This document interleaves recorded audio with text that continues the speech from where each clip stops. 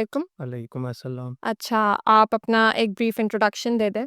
हाँ, मेरा नाम शाकिर अली है। बेसिकली मेरा ताल्लुक़ नवाबशाह से और यहाँ पे मेरान यूनिवर्सिटी में मैं मास्टर्स कर रहा हूँ। तो अभी मैं एज़ अ रिसर्च असिस्टेंट भी काम कर रहा हूँ इसी सेंटर में। एक प्रोजेक्ट हमारा एचईसी फंडेड प्रोजेक्ट उसी में। तो ये कॉन्फ्रेंस जो जिस हवाले के लिए आपने इंटरव्यू रखा हुआ है, तो ये कॉन्फ्रेंस के हम ऑर्गेनाइज़र्स भी हैं, प्रेज़ेंटर्स भी हैं। शुक्रिया शाकिर। अच्छा आप मुझे बता सकते हैं कि आपके ख़्याल में इस जो कॉन्फ्रेंस का व्हाट इज़ द सिग्निफिकेंस इस कॉन्फ्रेंस को रखने की जो वाटर गवर्नेंस और क्लाइमेट रेज़िलियंस पे की गई है? जी, आपने बहुत अच्छा क्वेश्चंस पूछा है। देखें जो भी हो रहा है दुनिया में या एनवायरनमेंट में हो रहा है तो वो क्लाइमेट चेंज की वजह से हो रहा है। आप यहाँ देख रहे हैं कि अभी जो मौसम चल रही है यहाँ पिछले आप मौसम देख रहे हैं मानसून का, तो पिछली मर्तबा अभी बारिशें बहुत ही कम हुई है as compare to last 10 years. तो ये जो हमारी वजूहात हैं जैसे इंफ्रास्ट्रक्चर है हमारा या कंस्ट्रक्शन का काम हो रहा है या हम जो फॉरेस्ट डिफॉरेस्ट्री कर रहे हैं, तो उसकी वजह से कार्बन डाइऑक्साइड की जो है ना वो एमिशंस हो रही है, जिसकी वजह से हमारे पास बारिशें नहीं हो रही। तो बारिशें ना होने की वजह से ये कि डिफॉरेस्टेशन जो हो रही है या जो प्लांटेशन नहीं हो रही, तो उसकी वजह से क्लाइमेट पे जो असर पड़ रहा है, आप देख रहे हैं कि 45 सेंटीग्रेड पे जा रहा है टेम्परेचर, 49 पे जा रहा है। इवन कि नवाबशाह में 51 तक, 52 तक भी गया हुआ। तो यही वजूहात हैं जो क्लाइमेट चेंज की वजह से। अच्छा और आपने अपना पेपर प्रेज़ेंट किया यहाँ पे कॉन्फ्रेंस में टेक्निकल सेशंस में, तो आप हमें अपने पेपर्स में से can you give us the highlights? हाँ, जो मेरा पेपर था बेसिकली वो टॉपिक था उसका microbial contamination from water sources, उसके बिहाफ पे जो कम्युनिटीज़ पे हेल्थ का बर्डन पड़ रहा है। मतलब कि वाटरबोर्न डिजीज़ हो रहा है, लाइक डायरिया हो रहा है। काफ़ी लोगों को ये भी नहीं पता कि डायरिया है क्या चीज़। तो वो होती है पानी की वजह से। तो ये कॉन्फ्रेंस का जो थीम है वो भी एक पानी के ऊपर ही है और सेंटर भी पानी के ऊपर ही है।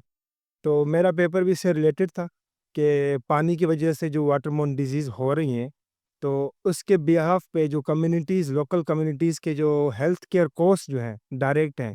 जैसे डायरेक्ट में आपका आ जाता है डॉक्टर फ़ीस आ जाती है, मेडिसिन्स आ जाती है, लैब के जो एक्सपेंसेस आ जाते हैं, लैब ब्लड टेस्ट एनालिसिस जो होती है। इसकी एक इनडायरेक्ट कॉस्ट है और दूसरी जो है इनडायरेक्ट कॉस्ट जो है, आपकी ट्रांसपोर्टेशन हो जाती है और आप जो डेली वेजेस पे काम करने वाले लोग जो होते हैं, वो जॉब पे नहीं जा सकते। तो इसकी कॉस्ट जो है, वो वाटर बॉर्न डिजीज़ की वजह से कितनी हो रही है इंडिविजुअल पे। जो हमने टारगेट किया है इसी पेपर में, वो जो कम्युनिटीज़ है, लोकल कम्युनिटीज़ हैं, जैसे लेबरिंग है और जो डेली वेजेस पे काम करते हैं मोस्टली, उन्हीं को हमने टारगेट किया है। That's great. अच्छा, आपसे मेरा दूसरा सवाल ये है कि आपके ख़्याल में ये जो सारी कॉन्फ्रेंसेस होती हैं लाइक हमने भी की है ये वाटर गवर्नेंस पे एंड क्लाइमेट रेज़िलियंसी, तो व्हाट डू यू थिंक कि इन कॉन्फ्रेंसेस का जो इम्पैक्ट है on the upcoming researchers and scientist जो एनवायरनमेंट के बारे में पढ़ रहे हैं या जो रिसोर्सेज़ के बारे में पढ़ रहे हैं, उन पे इसका क्या इम्पैक्ट होगा? जी, इम्पैक्ट बहुत बड़ा है। जैसे मैंने अभी आपको बताया कि जो मैंने आपको रिकमेंडेशंस दी कि लोगों को ये नहीं पता कि वाटरबोर्न डिजीज़ क्या होती है। अब मेरे पेपर में से या हमारी कॉन्फ्रेंस में से ये लोगों को पता चलेगा कि वाटरबोर्न डिजीज़ है क्या। तो ये उसके लिए अवेयरनेस हो जाती है और ये वाटरबोर्न डिजीज़ जो है वो किस वजह से हो रही है, ये भी उनको पता चल लग जाएगा और उनके लिए ये आगे ये रिसर्च करेंगे कि ये इनका सोर्स कहाँ से आ रहा है, जो वाटर को कंटामिनेट कर रहा है।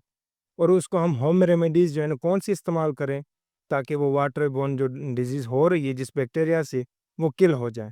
तो ये फ्यूचर रिसर्च जो है वो हम इस पे जा सकते हैं वैसे। अच्छा, आप जैसे कह रहे हैं कि आप के थ्रू योर पेपर और जो कॉमन पॉपुलेशन है, उनको पता चल जाएगा, जो जनरल पब्लिक है, उनको पता चल जाएगा कि उनका जो सोर्स ऑफ डिज़ीज़ है, वो क्या है और कैसे उसको ओवरकम करना है। तो शाकिर आप मुझे ये बताएँ कि हाउ डू यू थिंक कि उन जनरल पब्लिक तक वो चीज़ कैसे जाएगी? Because general public will not be reading the paper.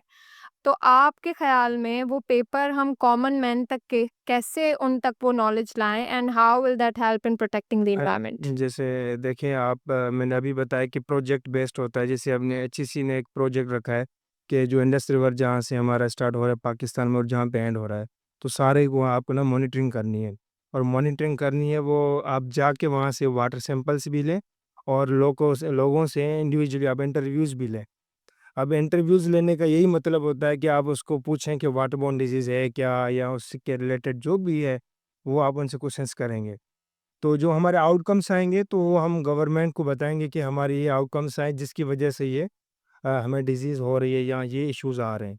तो गवर्नमेंट क्या करेगी, एक सेशन रखेगी या अवेयरनेस प्रोग्राम रखवाएगी या वाटर के रिलेटेड और सैनिटेशन प्रैक्टिसेस करवाएगी, वॉश रिलेटेड जो भी प्रैक्टिस हैं वो गवर्नमेंट वो अवेयर देगी। अब जैसे देखें, फॉरेन की जो फंडिंग आती है हमारे पास, वो डायरेक्ट इंडिविजुअल्स पे नहीं जाती, वो किस पे जाती है, वो ऑर्गेनाइजेशंस पे जाती है। बिल्कुल। आरडीपी या ऐसे जो जो भी हैंड्स हैं, तो वो क्या करते हैं, अवेयरनेस प्रोग्राम रखते हैं। तो हमारा जो आउटकम्स होगा वो हम गवर्नमेंट को भी देंगे और गवर्नमेंट उन ऑर्गेनाइजेशन तक पहुँचाएगी और वही ऑर्गेनाइजेशन जो है ना, वो इंडिविजुअल तक पहुँचाएँगे कि ये आपके आउटकम्स है, जिसकी वजह से ये हो रहा है, आपको ये करना चाहिए। अच्छा, और लास्ट मेरा आपसे ये है कि अगर आप अपनी तरफ से कोई मैसेज देना चाहें तो? जी, हाँ, मेरा मैसेज यही है कि जो पानी के हवाले से आपको अगर पानी पीना भी है, तो आरओज़ या ये जो हम सिंथेटिक ट्रीट कर भी रहे हैं, तो उसमें ये चीज़ें होती हैं कि जो मिनरल्स होते हैं वो मोस्टली जो आरओज़ वाले वो नहीं डालते।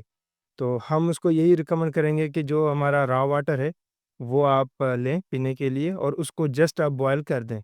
बॉयल एंड देन फ़िल्टर कर लें।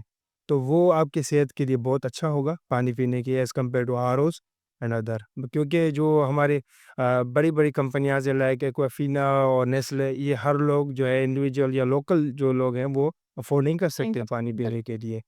तो उनके लिए ये बहुत एक बड़ा है इश्यू है।